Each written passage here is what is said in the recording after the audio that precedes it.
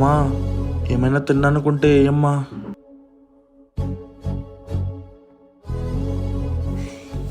ఎక్కడో చూసినట్టుంది.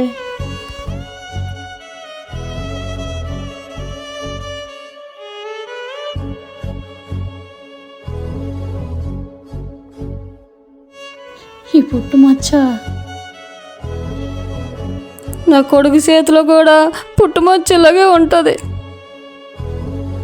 నేను వెళ్తానమ్మా. నీ పేరేంటి బాబు? రాము.